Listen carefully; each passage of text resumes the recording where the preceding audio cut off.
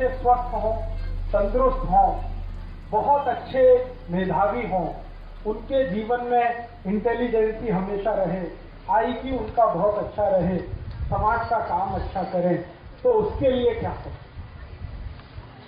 इसके लिए छोटे छोटे कुछ मैं उपाय बताता हूं, आप जरूर उनका अपने जीवन में उपयोग करें।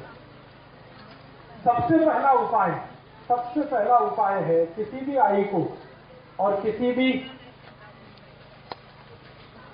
बाप को, माने पिता को, आई को और पिता को, दोनों को अपने जीवन में एक चीज हमेशा ध्यान रखनी पड़ेगी। अब भी अगर उनको बच्चे स्वस्थ, तंदुरुस्त, तेजस्वी, तपस्वी, संस्कारी और समाज का काम करने वाले ऐसे बच्चे अगर चाहिए, तो उन बच्चों को पैदा करने से पहले उसका नियोजन करना पड़ेगा। बिना नियोजन के जो बच्चे होते हैं वो ज्यादा से ज्यादा दाऊद इब्राहिम होते हैं। ये मेरा 15 साल का डॉक्टरी के पेशे का अनुभव है, तजुर्बा है।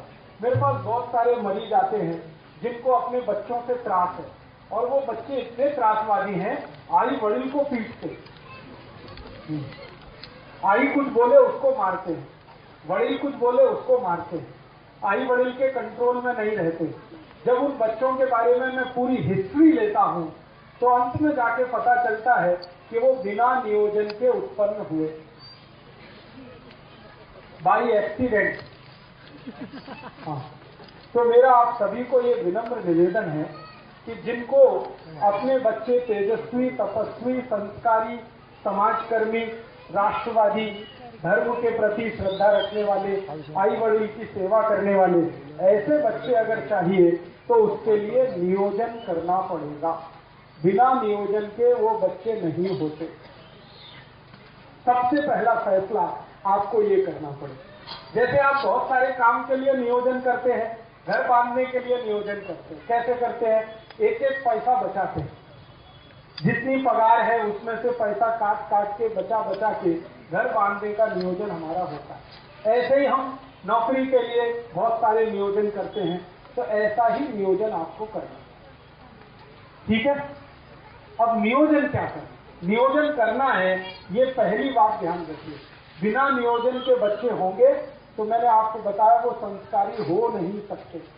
और आज के समय में दुख और दुर्दैव की स्थिति ऐसी ही है कि ज्यादा बच्चे बिना नियोजन के ही हो रहे हैं। इसलिए आई वड़िल भी परेशान है, समाज उनसे परेशान है, देश भी उनसे परेशान है। ये त्रासवादी, आतंकवादी, देशद्रोही, ये सब हमारे ही अपने बीच के बच्चे हैं। लेकिन ये कैसे त्रासवादी हो गए, कैसे देशद्रोही हो गए? बिना नियोजन के होने के कारण। तो नियोजन करना पड़ेगा। अब नियोजन में क्या क्या करना पड़ेगा? सबसे पहला नियोजन, संस्कारी बच्चा अगर चाहिए, प्रतापी बच्चा चाहिए, आपको समाजकर्मी चाहिए, धर्मनिष्ठ चाहिए, राष्ट्र प्रेमी बच्चा चाहिए, तो सबसे पहला नियोजन संयम पालना पड़ेगा। ये सबसे पहला नियोजन। बिना संयम के अच्छे बच्चे नहीं हो सकते। तो संयम आपको अपने जीवन में रखना पड़ेगा। और वो संयम रखने का तरीका क्या है? संयम रखने का बहुत सरल तरीका है, ज्यादा समय ब्रह्मचर्य का पालन करना। ब्रह्मचर्य संयम पालने का सबसे बड़ा तरीका है, सबसे आसान तरीका, ये ब्रह्मचर्य का पालन करना। अभी मेरा जो फिजियोलॉजी और एनाटॉमी का अभ्यास है, विज्ञान का जो अभ्यास है, उस अभ्यास के हिसाब से मैं एक जानकारी देना चाहता हूं। इस जानकारी को आप गंभीरता से सुने, स्वीकार करें। स्त्री के लिए संयम पालना बहुत आसान है, पुरुष के लिए नहीं। माने क्या है, ब्रह्मचर्य का पालन किसी स्त्री को करना हो तो वो बहुत आसानी से कर सकती है, पुरुष के लिए ये संभव नहीं होता है। क्यों? इसलिए कि ईश्वर ने स्त्री का शरीर ऐसा बनाया है जो पुरुष से ज्यादा अच्छा है क्वालिटी में। कुछ ऐसे हार्मोन्स हैं, कुछ ऐसे केमिकल्स हैं जो स्त्री शरीर में ही हैं, पुरुष शरीर में नहीं है, और वही हार्मोन स्त्री को ब्रह्मचर्य पालन करने में मदद करते हैं। तो स्त्री को ब्रह्मचर्य पालना अगर करनी है तो वो उसके लिए बहुत सहज है, सरल है, बहुत आसान है। जैसे हमारे जीवन के बहुत सारे काम हम सहजता से और आसानी से करते हैं, वैसे ही ब्रह्मचर्य का पालन और संयम का पालन किसी भी स्त्री को बहुत आसान है। पुरुष को उसके लिए प्रयास करना पड़ता है, स्त्री वो बिना प्रयास के ही कर सकती। तो मैं ये बात जो कह रहा हूं वो सब भाइयों के लिए कह रहा हूं कि अगर अच्छी संतान चाहिए, तेजस्वी, तपस्वी, संस्कारी संतान चाहिए, तो आपको ब्रह्मचर्य का पालन करना है।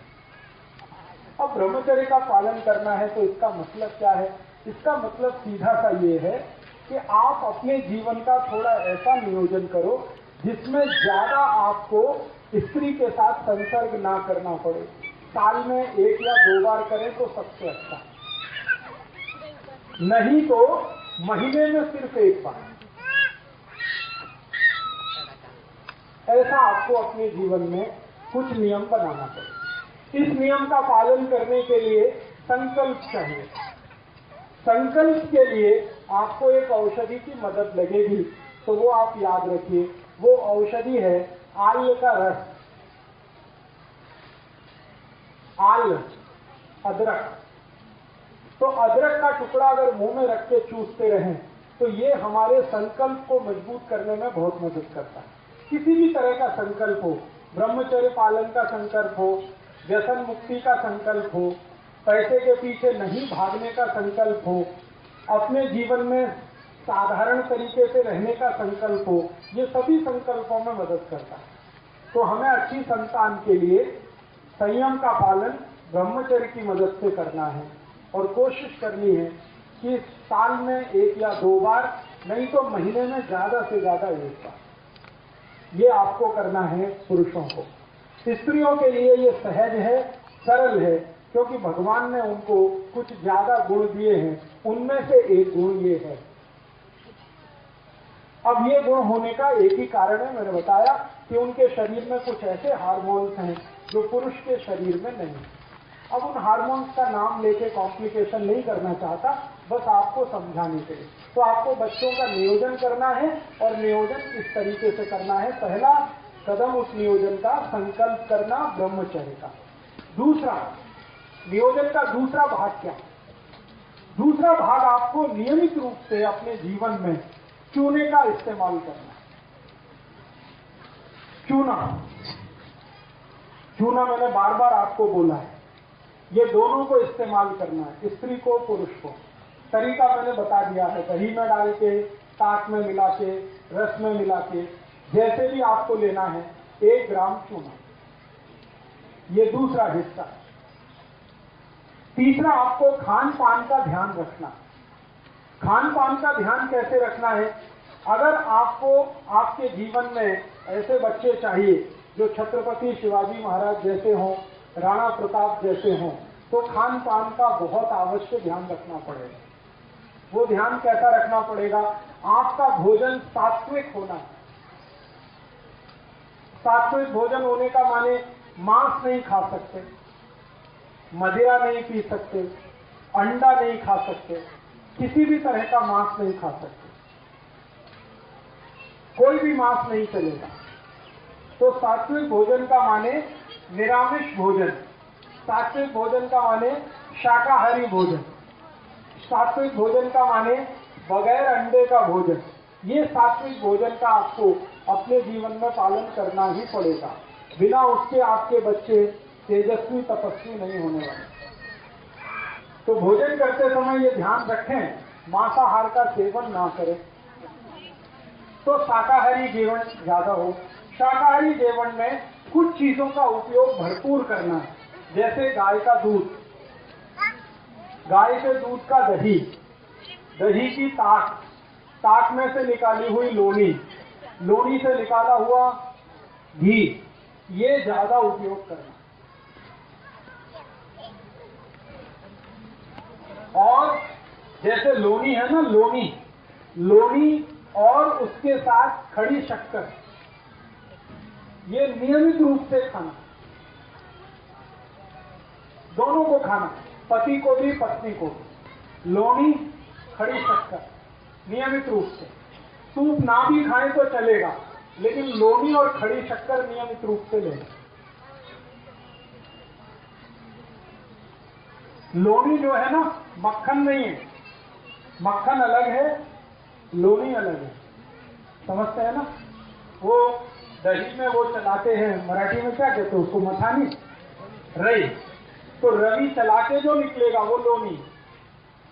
मक्खन जो है वो दूध से ही निकाला जाता है सीधे।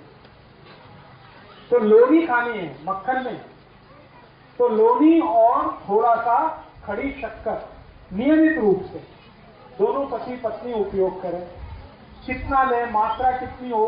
कम से कम 25 ग्राम लोनी और 5 से 10 ग्राम खड़ी शक्कर।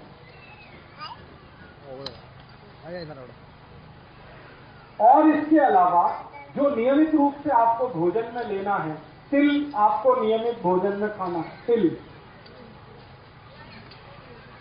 मसूर की दाल, मूंग की दाल नियमित रूप से खाना। एक दिवस मूंग की दाल, एक दिवस मसूर की दाल, ऐसे नियमित रूप से खाना। और नियमित रूप से जो फल सीजन वाले होते हैं, जैसे अभी गर्मी का सीजन है, तो गर्मी के सीजन में जो फल हैं उसमें आम सबसे जाती है, तो भरपूर आम खाना।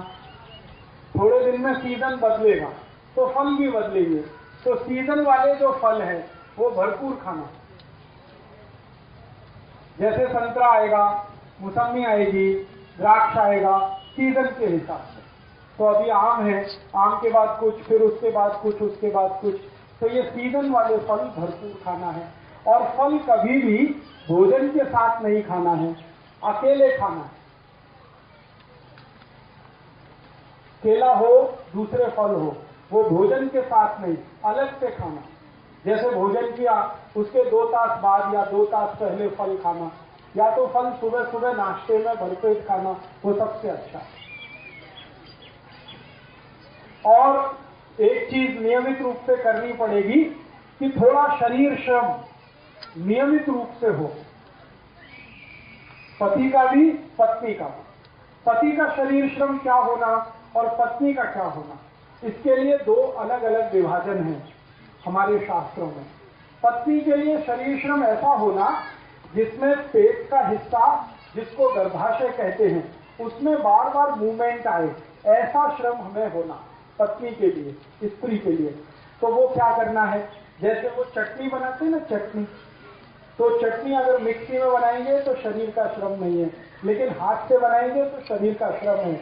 और उसमें सबसे ज्यादा मूवमेंट यूट्रस रीजन का ही होता है, गर्भाशय का सबसे ज्यादा मूवमेंट होता है। तो चटनी हाथ से बनाए। इसी तरह से हाथ काम ज्यादा घर का, कपड़े धोना तो हाथ से धोना, वॉशिंग मशीन से नहीं धोना। चटनी बनाना तो हाथ से बनाना, रोटी बनाना तो हाथ से बनाना। आजकल रोटी बनाने का मशीन आ गया है, इसलिए मुझे ये बोलना पड़ता है। रोटी बनाना तो हाथ से, कपड़े धोना तो हाथ से, चटनी बनाना, ये सब स्त्रियों के लिए। और एक बहुत अच्छा श्रम है, अगर आप सब करेंगे तो बहुत अच्छी संतान आपको होने वाली है। वो श्रम क्या है, चाकी चलाना। क्या बोलते हैं उसको, जाता। यस, जो भी ताई, जो भी आई इसको चला सके दिन में 15 मिनट, जास्ती नहीं, बस 15 मिनट, उसकी संतान सबसे स्वस्थ और सबसे अच्छी होने वाली। ये चलाने का। अब इसको चलाने से होता है कुछ भी नहीं है, एक ही काम होता है। हमारा जो गर्भाशय का क्षेत्र है उसका सबसे ज्यादा मूवमेंट इसी पोजीशन में होता है जब हम ये चलाते हैं। मैंने थोड़ा अभ्यास किया, अपने पुराने जमाने की जो आई है, जो जाता चलाती है, सबके बच्चे स्वस्थ और तंदुरुस्त।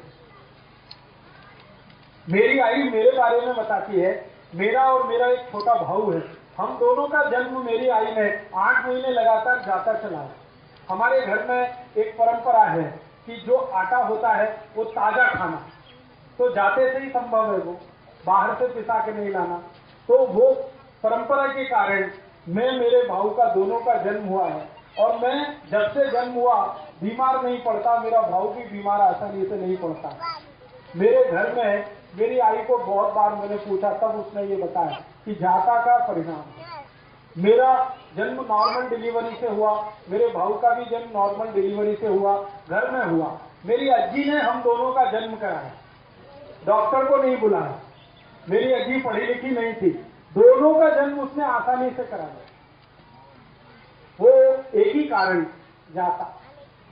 तो आपके घर में अगर जाता लेके आए, बहुत अच्छा है। मिलता है ना अभी, बहुत ज्यादा महंगा नहीं है, 50-60 रुपए में या 100 रुपए में मिल जाता है। तो आप उसको नियमित रूप से 15 मिनट, जास्ती नहीं 15 मिनट चलाएं। स्त्रियों के लिए। पुरुषों के लिए शरीर श्रम क्या करना है? पुरुषों के लिए शरीर श्रम सबसे आवश्यक है कि आप थोड़ा दिन अगर चाहते हैं कि स्वस्थ संतान हो तो नागर चलाएं।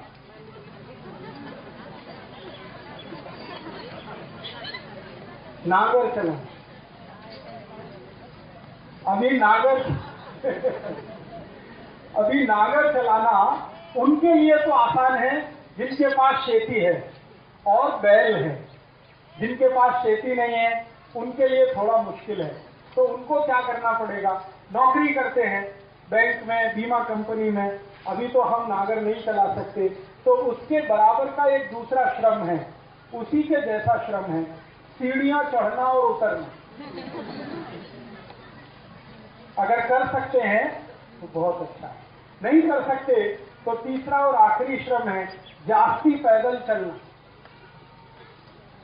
पैदल चलना, एक दिन में 4-5 किलोमीटर पैदल चलने का आदत डालिए। हर समय मोटरसाइकिल पे चलें, कार में चलें, वो अच्छा नहीं है। थोड़ा 5-7 किलोमीटर पैदल चलने का अभ्यास हो, नहीं तो नागर चलाने का हो, नहीं तो सीढ़ियां चढ़ने। तो पुरुषों के लिए इस तरह का श्रम है, स्त्रियों के लिए जाता चलाना, चटनी बनाना, कपड़े धोना, ये सब श्रम अगर हम करें तो संतान आपकी स्वस्थ, तंदुरुस्त और बहुत तेजस्वी और तपस्वी होने वाली। तो ये नियोजन के कुछ काम हैं। और एक काम करना है हमें नियोजन के लिए, बहुत आवश्यक है वो। और वो नियोजन इस तरह का करना है कि हमारे जीवन में, वैसे तो ये बात बताना ठीक नहीं, लेकिन फिर भी मैं बताना चाहता हूं। बहुत बार ऐसे मुझे पेशेंट आते हैं, वो मुझे कहते हैं कि राजीव भाई, हमारे शरीर का रंग तो अच्छा नहीं है, काला है, थोड़ा डार्क है, लेकिन हमको हमारी संतान चाहिए, उसका रंग साफ होना। अभी क्या करें? ऐसे बहुत लोग आते हैं। तो मैं कहता हूं ये बेकार का बात है, फिर भी वो कहते हैं नहीं, कुछ तो औषध बताओ। तो इसकी औषध ये की है कि जो भी अपने संतान का रंग साफ चाहते हैं, थोड़ा व्हाइटिश कलर चाहते हैं, रंग उसका अच्छा फेयर कलर चाहते हैं, भले उनका रंग अच्छा नहीं है, तो वो नियमित रूप से स्त्री और पुरुष हड़द का दूध पीते रहना। रात्रि को दूध में हड़द मिला के पीते रहना, थोड़ा सा उसमें दूध भी डालना। तो दूध, हड़द और दूध जो भी नियमित रूप से पिए, सभी के बच्चे उनसे ज्यादा अच्छे रंग वाले होते हैं। तो ये नियोजन का एक हिस्सा है। और एक हिस्सा है कि आपके बच्चों की बुद्धि कभी भी तेज रहे, तीव्र रहे, मंदी मंद ना हो, कभी भी उनकी बुद्धि तेज रहे, तेजस्वी रहे, IQ उनका अच्छा रहे, मति मंदता कभी भी ना आए। तो आप और एक छोटा सा नियोजन करना, और वो नियोजन बस वही है जो मैं बार बार पहले कह चुका हूं, दही चूना मिला के खाते रहना। गाय के दूध का दही बनाना, चांदी के बर्तन में उसको दही जमाना, तकाड़ी उसको, दही को चूना मिला के खाना। गाय माने देशी गाय, जर्सी। तो मति मंदता नहीं आए, बच्चों में स्वस्थ रहे, तेजस्वी रहे, तपस्वी रहे, सद्भावी हो, सद्विचारी हो, इसके लिए कुछ छोटे छोटे नियोजन। और एक छोटा सा नियोजन, वो नियोजन क्या है? नियोजन एक ही है कि हमें अच्छी सुदीर्घ जीवन वाली, तेजस्वी जीवन वाली संतान चाहिए। स्त्री हो या पुरुष, मुलगी हो या मूला, संतान तेजस्वी तपस्वी चाहिए। तो एक नियोजन जरूर ध्यान रखना है कि हमारे जो पति और पत्नी हैं वो आपस में जब संसर्ग करें तो पत्नी का मासिक चक्र पूरा होने के बाद, पत्नी का मासिक चक्र पूरा होने के बाद या पत्नी का मासिक चक्र शुरू होने वाले दिन से 10 दिन छोड़कर, पत्नी का मासिक चक्र शुरू होने वाले दिन से 10 दिन बाद और 17 दिन के पहले या 18 दिन के पहले, बीच का ये 7-8 दिन का जो समय है, इसी समय में एक दूसरे के साथ संसर्ग करें तो सबसे ज्यादा तेजस्वी और तपस्वी संतान होगी। पत्नी के मासिक धर्म के शुरू होने वाले दिन को गिनकर 10वें दिन से 18वें दिन के बीच का जो समय है, यही सबसे अच्छा समय है तेजस्वी और तपस्वी संतान का। वही 7-8 दिन का समय है। अब इसमें 2 तरह के दिन आएंगे, एक सम होंगे, एक विषम होंगे। जैसे 10वां दिन सम, 11वां विषम, 12वां सम, 13वां विषम, 14वां सम, 15वां विषम, 16वां सम, 17वां विषम, 18वां सम। तो जो सम दिन है उनमें अगर आप संसर्ग करेंगे तो 99% पुत्र होगा और विषम वाले दिन में संसर्ग करेंगे तो 99% पुत्री होगी। 1% इसमें अपवाद है और वो कहीं भी होता है। तो अगर आपको नियोजन करना है कैसा, अब व्यसन मुक्त युवक संघ में कुछ कार्यकर्ताओं के पास पुत्री है तो पुत्र चाहिए, तो उनके लिए ये माहिती मैं दे रहा हूं। और जिनके पास पुत्र है उनको पुत्री चाहिए, उनके लिए भी ये माहिती दे रहा हूं। सम दिन में जाएंगे तो पुत्र, विषम दिन में जाएंगे तो पुत्र। और एक और माहिती इसी नियोजन के लिए, आप जानते हैं महीने के 2 पक्ष होते हैं, एक शुक्ल पक्ष और दूसरा कृष्ण। तो जो शुक्ल पक्ष है, इस शुक्ल पक्ष के दिनों में अगर आप संसर्ग के लिए जाते हैं तो 99% आपके बेटे या बेटी का जन्म जो होने वाला है वो बहुत प्रतापी, तेजस्वी, लड़ने वाला, भिड़ने वाला होगा। छत्रपति शिवाजी, राणा प्रताप, ऐसे जो हमारे देश में भगत सिंह, ऊधम सिंह, चंद्रशेखर आजाद, ये सब शुक्ल पक्ष वाले लोग हैं। शुक्ल पक्ष आप समझते हैं, जब चंद्रमा लगातार बढ़ता हुआ होता है। और कृष्ण पक्ष उसका उल्टा। कृष्ण पक्ष में जब आप जाएंगे तो अच्छे से अच्छे साहित्यकार, वैज्ञानिक, बहुत बड़े डॉक्टर, इंजीनियर, चार्टेड अकाउंटेंट, ऐसे बच्चों का जन्म होगा। न्यूटन, आइंस्टाइन, जगदीश चंद्र खुराना, हमारे देश के बोस, हमारे देश के ये जो महान लोग साहित्य के क्षेत्र में, विज्ञान के क्षेत्र में, कला के क्षेत्र में आगे बढ़े हैं, ये सब कृष्ण पक्ष वाले लोग हैं। ठीक है। अब शुक्ल पक्ष और कृष्ण पक्ष का चक्कर क्या है? ये चक्कर है चंद्रमा के शरीर पर पड़ने वाली ऊर्जा। आप जानते हैं कृष्ण पक्ष में चंद्रमा नहीं होता और शुक्ल पक्ष में चंद्रमा बहुत तीव्र होता है। चंद्रमा की तीव्रता अपनी नहीं है। आपको मालूम है चंद्रमा का प्रकाश कहां से आया? सूर्य से। तो चंद्रमा की तीव्रता है तो वो उसकी अपनी नहीं है, सूर्य की तीव्रता है।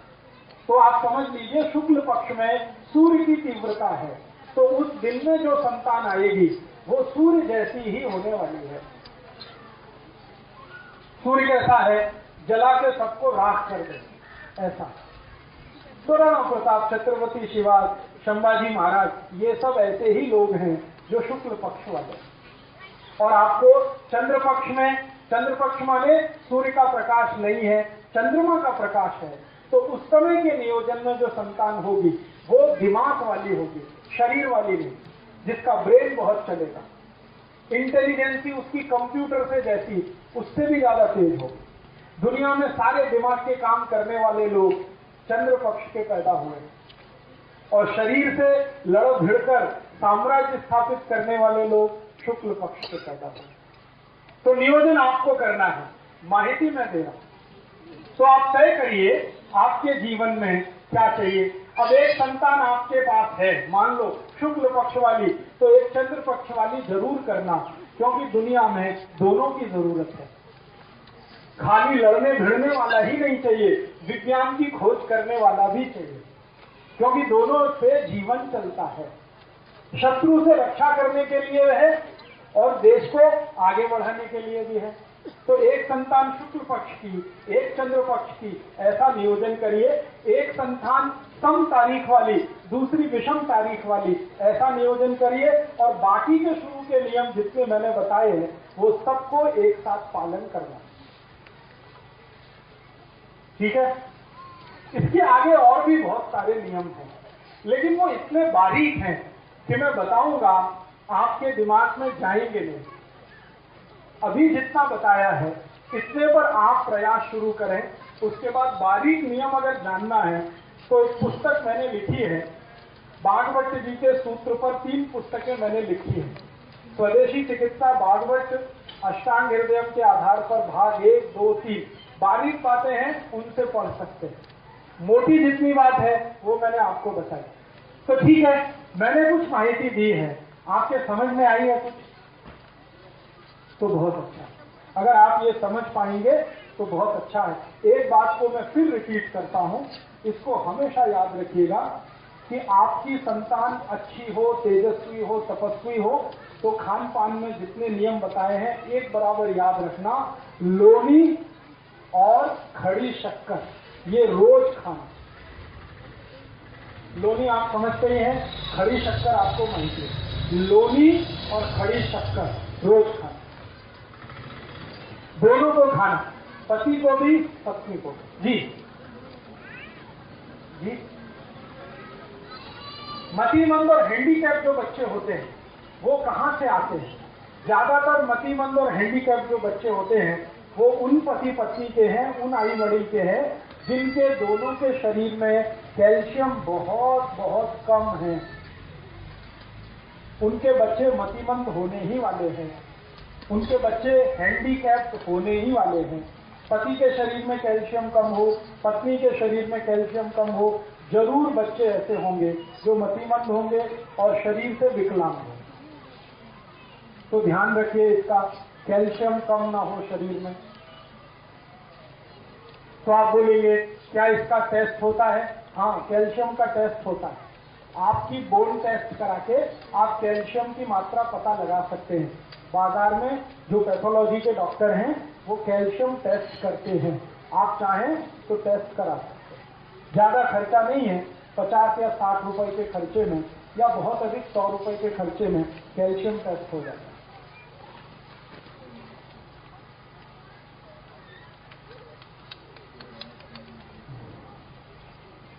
बहुत ज्यादा कुछ नहीं, बहुत ज्यादा।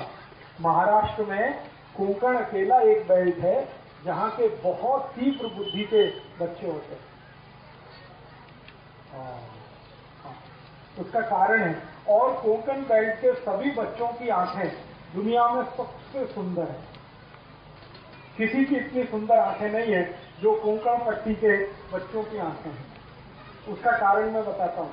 कोंकण पट्टी के बच्चे, आप जानते हैं कोंकणस्थ, जिनको हम कहते हैं मराठी में कोंकणस्थ, ये कोंकणस्थ लोग दुनिया में इंटेलिजेंसी में सबसे ऊपर है। इनका जब आईक्यू टेस्ट होता है ना, दुनिया के सारे देश, अमेरिका, जर्मनी, जापान, फ्रांस, दुनिया के देशों में इनकी आईक्यू सबसे ऊंची है। कारण पूछो आप, कारण उसका एक ही है कि कोंकण पट्टी की जो मिट्टी है ना, वो उसकी विशेषता है। कोंकण की मिट्टी आप देखो लाल रंग की है, देखा? लाल रंग की मिट्टी है। लाल रंग की मिट्टी में जो धान उत्पन्न होता है उसमें कैल्शियम और आयरन सबसे ज्यादा, सबसे ज्यादा। दुनिया में इतना कैल्शियम और आयरन किसी मिट्टी में नहीं है जो लाल मिट्टी में होता है। अब कैल्शियम और आयरन हर चीज में ज्यादा होगा। कोंकण का आम होगा ना, आम, उसमें भी कैल्शियम आयरन है। कोंकण का धान, उसमें भी कैल्शियम आयरन है। कोंकण की दाल होगी उसमें भी कैल्शियम आयरन है, कोंकण की जवारी होगी उसमें भी कैल्शियम आयरन। तो ये कैल्शियम और आयरन से भरपूर जो कुछ वो खाते हैं उसका परिणाम। नहीं, मछली का इससे कुछ, मछली तो और भी लोग खाते हैं। आपको मालूम है सबसे ज्यादा मछली तो खाते हैं बंगाली लोग, बंगाली, और उससे भी ज्यादा उड़िया, और उनसे भी ज्यादा बिहारी। लेकिन आईक्यू में वो दुनिया में सबसे डफर है। मछली का इससे कोई संबंध नहीं, इसका संबंध है मिट्टी से, और मिट्टी में होने वाले कैल्शियम और आयरन से। लाल मिट्टी दुनिया में जहां भी मिलेगी उसमें भरपूर कैल्शियम और आयरन है, और कोंकण की मिट्टी में कैल्शियम आयरन सबसे ज्यादा है, इसलिए वहां की संतानें दुनिया में सबसे तीव्र बुद्धि मानी जाती है। तो ये बात समझ में आई कोंकण की।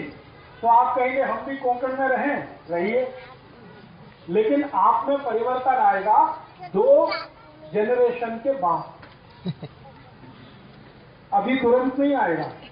2 जनरेशन आपकी निकल जाएंगी, 3rd जनरेशन में ये परिवर्तन आ जाएगा, अगर कोंकण में आप रहते हैं तो।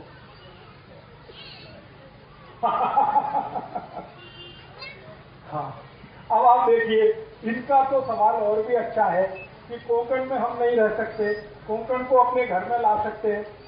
मतलब ये है कि ऐसा धान्य खाएं जिसमें आयरन और कैल्शियम ज्यादा हो, तो वो आपके घर में भी होगा।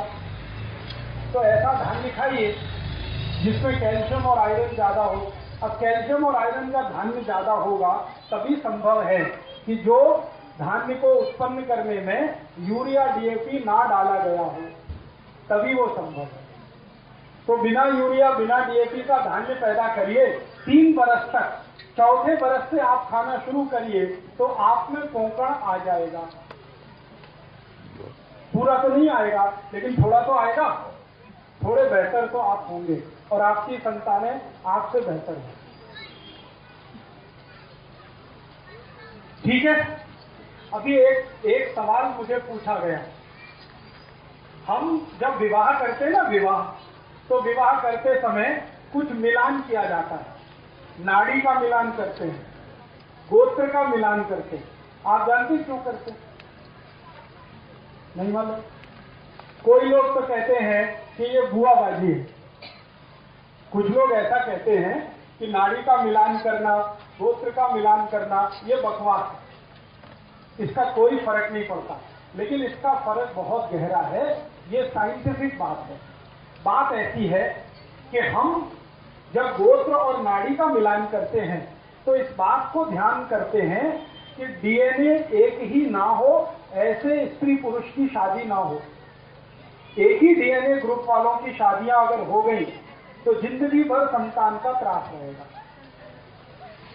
एक ही डीएनए ग्रुप में डीएनए के ग्रुप हैं और वो ग्रुप अगर एक ही जैसे हैं, नजदीक का बहुत अंतर नहीं है, उनमें आपस में शादियां हुई तो एक तो संतान होगी नहीं तो मतिमंद होगी, विकलांग होगी, कमजोर होगी, बुद्धि से बिल्कुल कमजोर होगी, शरीर से कमजोर होगी, और संतान जीवित नहीं रहेगी, ज्यादा दिन जल्दी मरेगी। अगर एक ही ब्लड ग्रुप के नजदीक वालों की शादियां हो गई, तो जब हम नाड़ी और गोत्र देखते हैं तो उसका इसी बात का ध्यान रखते हैं। एक ही नाड़ी और एक ही गोत्र में शादी इसलिए नहीं करते हैं ताकि डीएनए एक ना हो। डीएनए एक होने के चांसेस तभी हैं जब नाड़ी एक हो और गोत्र एक हो, तो 100% ब्लड ग्रुप एक हो जाता है, इसलिए ये ध्यान रखा जाता है। तो हमारे बुजुर्गों ने एक परंपरा बनाई, विवाह करने के पहले नाड़ी का मिलान करना, गोत्र का मिलान करना। वो परंपरा बहुत साइंटिफिक है, अगर उसका ध्यान रख के आप शादियां करते हैं तो आपकी संतान अच्छी होगी। नहीं ध्यान रखा है तो बहुत तकलीफ होगी।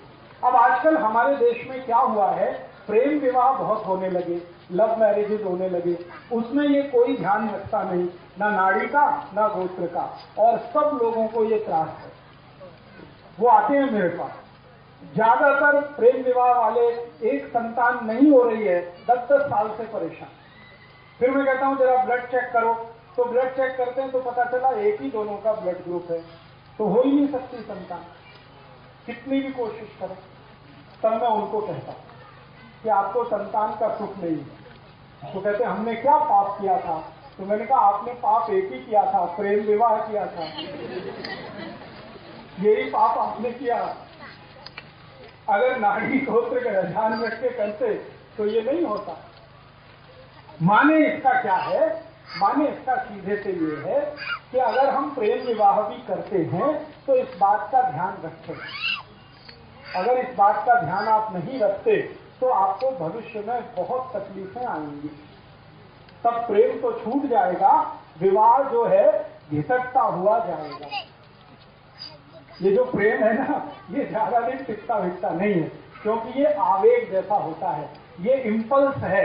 एक कुछ खास तरह का हार्मोन हमारे माइंड में बनता है, उसका नाम है डोपामाइन। और डोपामाइन एक अकेला हार्मोन है जो थोड़ी देर ही टिकता है। तो प्रेम भी डोपामाइन का असर है, थोड़ी देर टिकता है, उसके बाद खत्म हो जाता है, स्त्री में भी पुरुष में भी। और जब प्रेम खत्म हो जाता है तब जीवन में असली संघर्ष शुरू होता है, असली। और वो इतना खराब संघर्ष होता है कि कोई देख नहीं सकता। थोड़े दिन पहले तक दोनों एक दूसरे के लिए मरने की तैयारी में हैं और डोपामाइन खत्म होते ही एक दूसरे को मार डालने की तैयारी में। ऐसी हालत हो जाती है। एक दिन पहले तक या 2 दिन पहले तक या 5-10 दिन पहले तक किसी स्त्री को उसका पुरुष और किसी पुरुष को उसकी स्त्री दुनिया का सबसे सुंदर, इससे ज्यादा सुंदर तो हो ही नहीं सकता। और 5-6 दिन के बाद ही दुनिया का सबसे कुरूप चेहरा वही है जो उसकी अपनी स्त्री है या उसका अपना पति है। ये सारा खेल डोपामाइन का है। तो प्रेम विवाह जो होते हैं ना, इनमें मैंने अक्सर देखा कि विवाह होते ही प्रेम थोड़े दिन में फना हो जाता है, खाली विवाह रह जाता है, लव चला जाता है, मैरिज रह जाती है। और वो ऐसी घिसटती है जैसे एक टांग का आदमी घिसटता है। तो आप जीवन में कोई फैसला करें तो किसी आवेग में ना करें, मेरा ये कहना। एक डॉक्टर की नाते मैं आपको सलाह दूंगा कि कभी भी जब आपके मन में इंपल्स बहुत ज्यादा हो तो कोई फैसला मत करिए, क्योंकि फैसले के गलत होने की शक्यता सबसे ज्यादा। इंपल्स बहुत है तो एक बात याद रखिए, डोपामाइन नाम का हार्मोन बहुत है और ये हार्मोन है विवेक को खत्म कर देता है। विवेक काम ही नहीं करता, विवेक काम नहीं करेगा, फैसला गलत होगा। फैसला गलत होगा, जीवन भर आप पछताएंगे कि हमने एक समय पे छोटा सा गलत फैसला किया, उसका दुष्परिणाम जीवन भर भुगतना पड़ा। तो ये आप मत करिएगा। प्रेम करिए, लेकिन विवाह करने से पहले इन बातों का ध्यान रखिए। मैं ये नहीं कहता कि प्रेम मत करिए, प्रेम तो बहुत आवश्यक है जीवन को आगे बढ़ाने के लिए, ले जाने के लिए, लेकिन प्रेम का आवेग खतरनाक है। प्रेम खराब नहीं है, उसमें जो आवेग है, इंपल्स है, वो बहुत खतरनाक है। उसको ध्यान रखिए, आपकी संतान के विषय में सोचकर, देश और समाज और धर्म के विषय में सोचकर। ठीक है, अभी 1-2 प्रश्न आ गए। हाँ, ब्लड ग्रुप दोनों का अलग रहे हमेशा, पति और पत्नी का, ये ध्यान रखिए। एक का पॉजिटिव हो, दूसरे का निगेटिव हो, चलेगा। जैसे किसी का बी पॉजिटिव है पति का, पत्नी का बी नेगेटिव है तो भी चलेगा, लेकिन दोनों का बी पॉजिटिव हुआ तो तकलीफ, दोनों का बी नेगेटिव हुआ तो तकलीफ। थोड़ा भी अंतर रहना चाहिए, थोड़ा भी अंतर हमेशा रहना चाहिए। जी जी हाँ, अभी हमारे देश में कुछ परिवारों में ऐसा होता है कि रिलेशन में शादियां होती हैं। ये पूरे भारत में तो नहीं है, महाराष्ट्र में है और थोड़ा सा दक्षिण में कर्नाटक में है। तो कर्नाटक और महाराष्ट्र छोड़ के तो बाकी नहीं, लेकिन हम रिलेशन में शादियां कर रहे हैं। जरूर करिए, लेकिन एक ही चीज का ध्यान रखिए, दोनों का ब्लड ग्रुप सेम ना हो। अगर सेम है तो कोशिश करिए आगे से अवॉइड करें। अब कर ली है तो अब उसमें तो कुछ नहीं, जो हो गया तो बात खत्म हुई। लेकिन आगे से आप दूसरों को जब सलाह करें तो ये ध्यान रखिए उनको कि ब्लड ग्रुप सेम ना हो तभी शादी करें, भले वो नजदीकी रिश्तेदार हो तो। और कोई प्रश्न? कि पति पत्नी दोनों वैवाहिक जीवन जब शुरू करें, अच्छी संतान होना, उसके लिए हमेशा दक्षिण की दिशा में सिर करके सोएं। ये बहुत जरूरी बात थी, मैं भूल गया। पति पत्नी जब अपना जीवन शुरू करें तो हमेशा सिर दक्षिण की दिशा में रखते सोएं, साउथ में। ये भी नियोजन का एक हिस्सा है। और कोई प्रश्न? जी। अब देखिए, एक विज्ञान की माहिती के लिए मुझे पत्र लिख के आया। हमारे शरीर में क्रोमोसोम्स होते हैं जिनको हम गुणसूत्र कहते हैं, एक्स और वाई। तो एक्स और वाई जो क्रोमोसोम्स हैं उसके बारे में एक मोटी माहिती आप सभी को है। एक्स और वाई अगर आपस में मिलेंगे तो हमेशा पुत्र होगा, लड़का होगा। एक्स और एक्स मिलेंगे तो हमेशा बेटी होगी, लड़की होगी। ये मोटी सी माहिती है। अब इसमें समरात्रि का क्या संबंध है? मैंने बोला ना, हमारी पत्नी के या स्त्री के मासिक चक्र के शुरू होने के दिन से 10वां दिन सम, 11वां दिन विषम, 12वां दिन सम, 13वां दिन विषम। तो ये सम विषम का गुणसूत्र के साथ कोई संबंध है? हाँ, संबंध है। जब सम दिन होता है तो उस दिन पुरुष का जो क्रोमोसोम्स है, स्त्री में तो 2 एक्स ही होते हैं, पुरुष में एक्स और वाई दोनों होते हैं। तो पुरुष का जो वाई क्रोमोसोम्स है वो बहुत पावरफुल होता है सम वाले दिन पर, इसलिए पुत्र होने की शक्यता सबसे ज्यादा है। और विषम वाले दिन पर एक्स क्रोमोसोम्स बहुत पावरफुल होता है पुरुष का, इसलिए बेटी या पुत्री होने की शक्यता सबसे ज्यादा।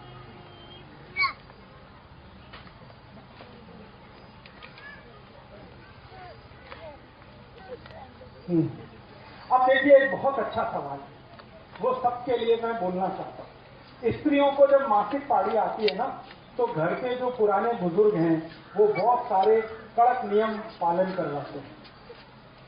स्वयं पाक घर में नहीं जाना, स्वयं पाक नहीं करना, भोजन नहीं बनाना, ऐसे करना, वैसे करना, वगैरह वगैरह। इसके पीछे का साइंस क्या है? इसके पीछे कुछ खास बात नहीं है। एक ही बात है कि जब स्त्री को मासिक पारी शुरू होती है तो उसके पूरे महीने का सबसे महत्वपूर्ण समय वो है, सबसे महत्व का समय। और मैं विज्ञान की माहिती आपको एक देना चाहता हूं कि वो समय सबसे महत्वपूर्ण तो है ही, सबसे पवित्र भी। उसमें होता क्या है कि स्त्री के शरीर का जो गर्भाशय है वो अपने को स्वच्छ कर रहा है और आने वाली संतान के लिए तैयारी कर रहा है। तो इससे ज्यादा पवित्र और अच्छा तो कुछ नहीं किसी भी स्त्री के। तो उसकी पवित्रता सबसे ज्यादा उन्हीं दिनों में होती है जब वो मासिक पाली में होती है। और पुरुष के बारे में मैं एक जानकारी देता हूं जो गुणसूत्र के आधार पर है और साइंस के आधार पर है कि पुरुष स्वभाव से अपवित्र होता है। हाँ, इसमें आप हंसिए मत, ये सच है।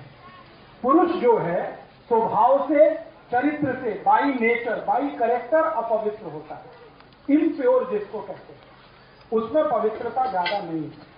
इसलिए आपको हैरानी होगी, भारत में बहुत सारे ऐसे देवस्थान हैं जहां पर पुरुष को जाने की अनुमति नहीं है। वो ये कहते हैं कि आपको देवस्थान में पूजा करनी है, अपनी पत्नी को लेके आओ। मैं बहुत सारे देवस्थान में नहीं जा सकता।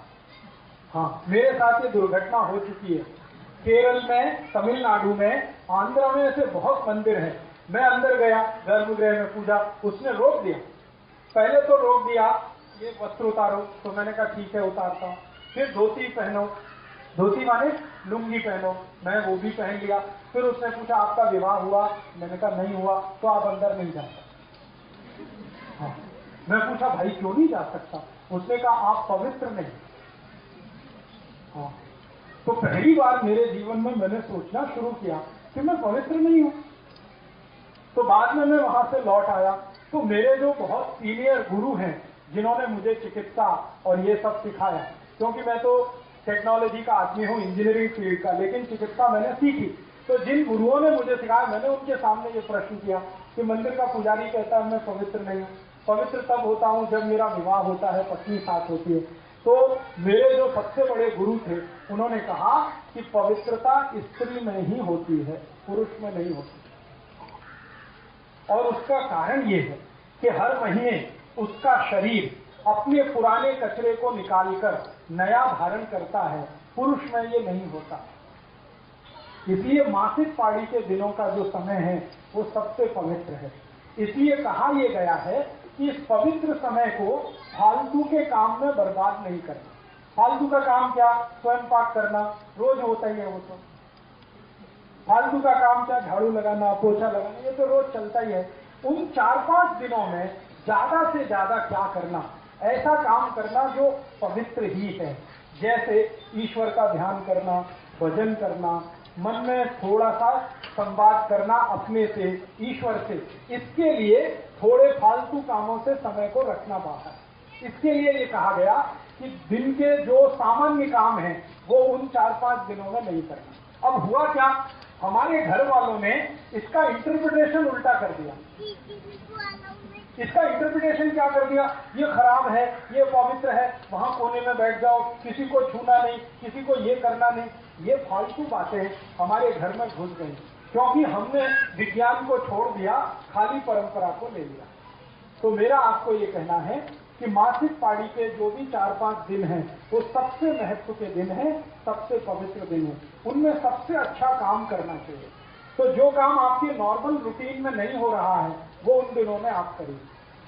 जैसे डेली के रूटीन में आपको बहुत समय स्वयं पाक में जाता है, वो 4-5 दिन आप स्वयं पाक के समय को बचाकर आपके ईश्वर के ध्यान का समय, आपके प्राणायाम का समय, आपके साधना के समय में लगे।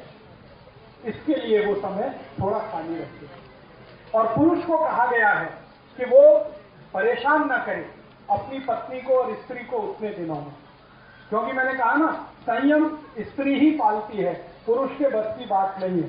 तो अक्सर पुरुष के संयम टूटते हैं, तो वो उन दिनों में तो संयम को कठोरता से पालन करे, ऐसा हमारे आयुर्वेद में निर्देश दिया गया।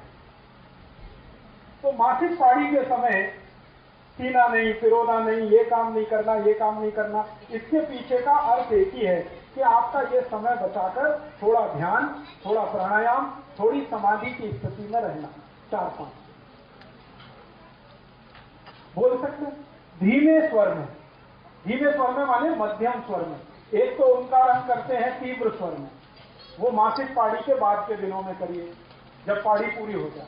लेकिन पाड़ी के समय में आप ओंकार जरूर बोल सकते हैं मंद स्वर में, ज्यादा हाई पिच पे नहीं।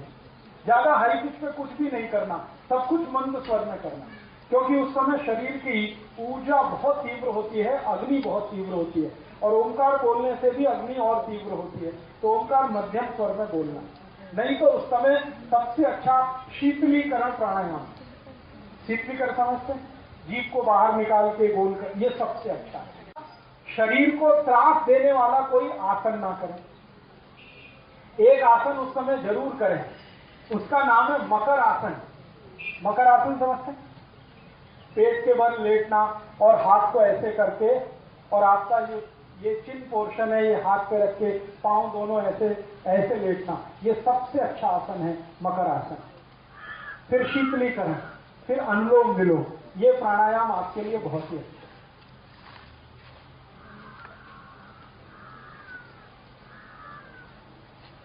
तो ग्रामीण भाग में मासिक पाड़ी के समय में जो माहिती आपको दी गई है, इसका थोड़ा परिवर्तन कर लीजिए। ये पवित्र दिन है, खराब दिन नहीं है, बहुत पवित्र दिन है। और शरीर से जो निकल रहा है रक्त, वो भी खराब नहीं, बिल्कुल खराब नहीं। ये हम कहते हैं ना रक्त बहुत खराब है, बिल्कुल खराब नहीं। शरीर में जितना रक्त है और उसमें जितनी शुद्धि है, लगभग उतना ही शुद्ध वो है। वो इसलिए बाहर निकल रहा है कि उसकी जरूरत नहीं है। अभी नया रक्त निर्माण होगा, वो 1 महीने तक शरीर में रहेगा, फिर उसकी जरूरत नहीं रहेगी, तो वो निकलेगा, फिर नया निर्माण होगा। तो हर महीने नया निर्माण हो, इसके लिए पुराना स्थान खाली करने के लिए वो रक्त बाहर निकलता है। वो अशुद्ध रक्त है इसलिए निकलता है, ऐसा नहीं।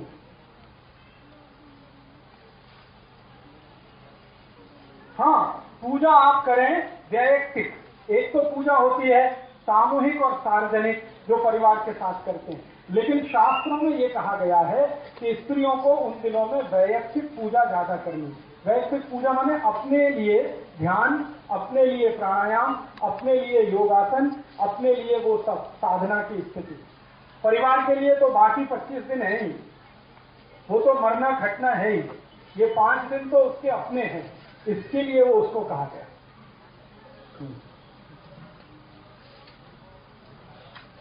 आराम तो करना ही है, क्योंकि उष्णता बहुत है। मैंने कहा ना, गर्मी बहुत होती है शरीर में। गर्मी ज्यादा होने से ब्लड प्रेशर बढ़ा हुआ होता है, तो ब्लड प्रेशर बढ़े हुए में ज्यादा काम करना अच्छा नहीं होता। इसलिए ध्यान, प्राणायाम, शीतलीकरण, व्यायाम अपने लिए करके बाकी समय आराम के लिए ही रखना है, ज्यादा काम नहीं करना। नहीं, ऐसा कुछ नहीं, किसी भी वेद में ऐसा नहीं। बिल्कुल श्लोक बोल सकते हैं, मंत्र बोल सकते हैं, वेद मंत्र बोल सकते हैं, ऐसा कहीं कोई निर्देश नहीं। पूरे ऋग्वेद में नहीं है, सामवेद में नहीं, अथर्ववेद में नहीं, यजुर्वेद में नहीं, उपनिषदों में कहीं नहीं, पुराणों में है। तो पुराण मनुष्य के लिखे हुए हैं, इसलिए उसमें ये है। वेद मनुष्य के लिखे हुए नहीं है, उसमें कहीं नहीं। सभी वेदों में इस बात की छूट है कि आप मासिक पाड़ी के दिनों में ध्यान अपने लिए, प्राणायाम अपने लिए, प्रार्थना अपने लिए, ईश्वर के साथ संवाद अपने लिए कर सकते हैं। बस ध्यान इतना ही रखना है कि चूंकि उन दिनों में हीट बढ़ी हुई है, हीट बढ़े हुए न होने के कारण ब्लड प्रेशर बढ़ा हुआ है, बीपी बढ़े हुए के कारण काम नहीं करना अच्छा होता है, आराम करना ही अच्छा होता है।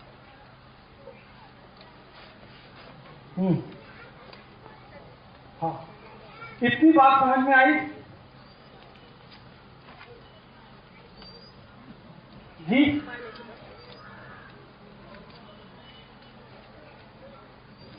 हाँ, स्त्रियों के लिए कहें, हाँ ठीक है। अभी जितनी बात मैंने कही वो आपके समझ में आई? नहीं आई? आई, ठीक है। और आई है तो आप दूसरों को समझा सकते हैं, जरूरत पड़ने पर अपने लिए भी उसका उपयोग कर सकते हैं। मैं आप थोड़ी 1-2 माहिती और देता हूं। वो माहिती ये देनी है कि मान लो गर्भाधान हो गया, अभी क्या करना। एक तो गर्भाधान के पहले के मैंने आपको कुछ नियोजन बताए सूक्ष्म रूप में। अभी गर्भाधान हुआ, फिर क्या करना, तो उसके लिए भी सतत कुछ चीजों का ध्यान आपको रखना है। उनमें से पहली एक वस्तु, एक बात, एक माहिती जरूर याद रखनी है। गर्भाधान होने के बाद बहुत बहुत बहुत सावधानी से अपने जीवन को आगे बढ़ाना है।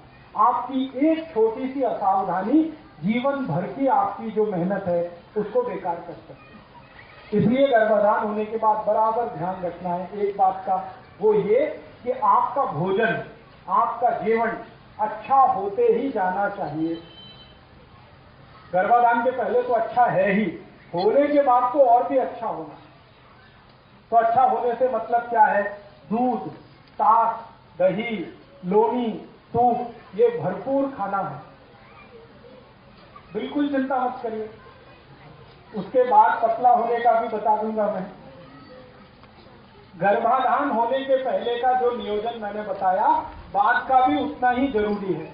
आपको इस बात का ध्यान रखना है कि गर्भाधान होने के बाद दूध, सूप, लोनी, दही, ताक, ये भरपूर खाना है। और हमेशा याद रखना है गाय का खाना है। सूप तो जितना खाएं उतना अच्छा। फिर आपके मन में आएगा वजन बढ़ेगा, बिल्कुल चिंता मत करिए। गाय के सूप से कभी किसी का वजन नहीं बढ़ता, वजन बढ़ता है मशी के सूप से। मैं बार बार कह रहा हूं, गाय का सूप खाना है, मशी का नहीं खाना, वजन नहीं बढ़े। गाय का दूध, मशी का नहीं पीना, गाय का पीना, तो भी वजन नहीं बढ़े। तो सूप, दूध, दही, लोनी, ताक, घी, मक्खन, ये सब खाना। एक दूसरा, भरपूर कैल्शियम आपके शरीर में रहे, क्योंकि आपको और आपके बच्चे को दोनों को डबल कैल्शियम अब चाहिए। तो चूने की मात्रा लगातार खाती रहनी है, बढ़ा दिए तो और ही अच्छा है। दही में, ताक में चूना बराबर खाते रहना। केला भरपूर खाते रहना है, क्योंकि केले में भरपूर कैल्शियम है। फुटाने, शेंगा भरपूर खाते रहना है, दोनों में कैल्शियम है। तिल खाते रहना है, उसमें भरपूर कैल्शियम है। ये आप छोड़ दो, ये किसी शास्त्र में नहीं लिखा हुआ है, नहीं, आप भरपेट खाओ, आप जितना खाना चाहते हैं केला खाओ, कुछ त्रास हुआ तो मुझे फोन कर लेना। तो आप गर्भाधान के समय में ऐसी चीजें भरपूर खाइए जिसमें कैल्शियम है, ऐसी चीजें भरपूर खाइए जिसमें आयरन है। ये दूसरी बात ध्यान रखनी। तीसरी बात, समय से भोजन और समय से आराम, ये गर्भाधान के बाद बहुत आवश्यक है। समय से भोजन का मतलब है लंच आपका 10 बजे के आसपास होना ही चाहिए और डिनर शाम को 5-6 बजे के आसपास होना ही चाहिए।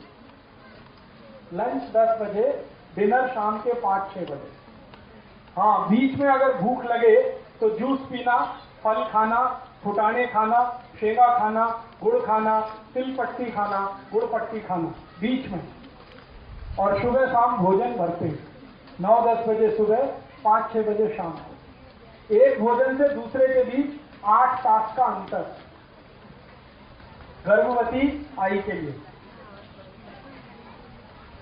और दूसरा एक ध्यान ये रखना है कि पहले महीने से 7वें महीने तक थोड़ा थोड़ा श्रम करते रहना।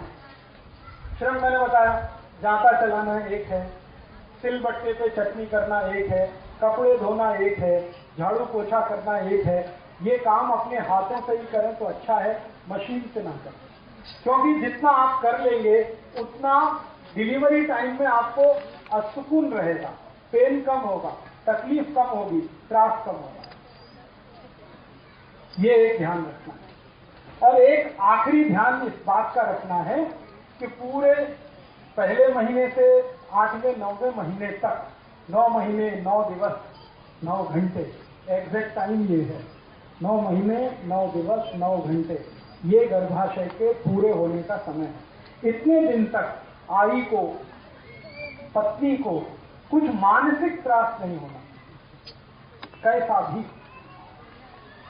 किसी भी तरह का मानसिक त्रास नहीं होना, क्योंकि उसका सबसे ज्यादा दुष्परिणाम होता है वो संतान को होता है। आई को थोड़ा मानसिक त्रास संतान के ऊपर 10 पट बढ़ जाता है। आई को थोड़ा हलन चलन हुआ ना, संतान को 10 पट बढ़ जाएगा। तो आई को कुछ भी त्रास नहीं होना। अब इसकी जिम्मेदारी पूरे परिवार को लेनी है। पति को तो विशेष रूप से लेनी है, परिवार के दूसरे सदस्यों को उसकी जिम्मेदारी लेनी पड़ेगी कि आई के साथ ऐसा कुछ ना हो जो उसको मानसिक त्रास वाला हो। जैसे हर एक व्यक्ति को, स्त्री हो या पुरुष, कुछ चीजें पसंद हैं, कुछ नापसंद होता है ना, सबके जीवन में होता है। छोटे बच्चे को भी ये पसंद है, ये नापसंद है, ये पसंद है। तो आई को जो जो चीज नापसंद है वो उतने दिनों में नहीं होनी चाहिए घर में।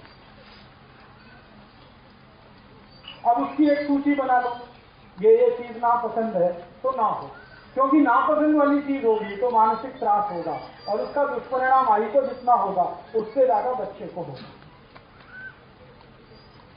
और बार बार मानसिक त्रास अगर बच्चे को आपने दिया तो वो बच्चा जब पैदा होकर आएगा तो जिंदगी भर आपको त्रास देगा। ये आप ध्यान रखें। मैं आपको बहुत गंभीर बात कह रहा हूं कि अगर आपने इसका ध्यान नहीं रखा, आई को मानसिक त्रास हुआ बार बार, तो बच्चा हो गया, फिर जब वो बड़ा हो जाएगा तो वो ऐसा मानसिक त्रास देगा कि जिंदगी भर आई और बाबा रोते रहते हैं। बहुत बार बच्चों को आपने देखा है ना, आई बाबा को रुलाते हैं। ये वही बच्चे हैं जो गर्भ के समय अपनी आई के पेट में थे और आई को मानसिक त्रास हुआ, उससे ज्यादा बच्चे को हुआ, तो वो पूरा बदला निकालता है। तो आई वडील पूछते हैं, कौन सा हमने कुकर्म किया था जो ऐसा हमारा बेटा हुआ? तो मैं उनको याद दिलाता हूं कि याद करो, तुमने गर्भाशय के समय जब ये था क्या क्या त्रास दिया था। तो उनको याद नहीं आता, फिर खोद खोद के याद दिलाते हैं तो फिर पता चलता। तो इस बात का आप हमेशा अपने जीवन में ध्यान रखें।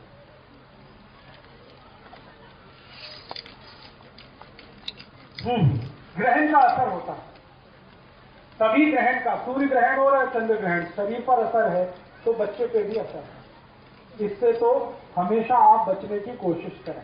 तो अब सूर्य ग्रहण जो है बच्चे के लिए तकलीफ वाला माना जाता है। चंद्र ग्रहण उतना नहीं है, लेकिन सूर्य ग्रहण तो बहुत तकलीफ वाला है। तो जब सूर्य ग्रहण का समय हो तो आई को सूर्य ग्रहण के सामने नहीं आना। ये एक ही बात के लिए है कि आप थोड़ा आराम ज्यादा करो। सूर्य ग्रहण वाले दिन पता है क्या होता है? ब्लड प्रेशर बढ़ा हुआ होता है, क्योंकि सूर्य के कारण। और ब्लड प्रेशर बढ़ा हुआ है तो एक ही बात है, शरीर को ज्यादा त्रास मत दो, शांत रहो, आराम करो। इसलिए कहा जाता है ये काटो मत, वो काटो मत, ये छेड़ो मत, वो छेड़ो मत। उसका आराम से संबंध है सीधा सीधा, क्योंकि सूर्य ग्रहण के समय में सबका बीपी बढ़ा हुआ है, और आई जो गर्भावस्था में है उसका तो और भी ज्यादा बढ़ा हुआ है। एक तो बच्चे के कारण बीपी बढ़ा हुआ है, ऊपर से सूर्य का ताप है, फिर ग्रहण का है। इन 3 कारणों से बीपी बहुत बढ़ा हुआ है। इसलिए कहा जाता है कि थोड़ा शांति से रहो, आराम से।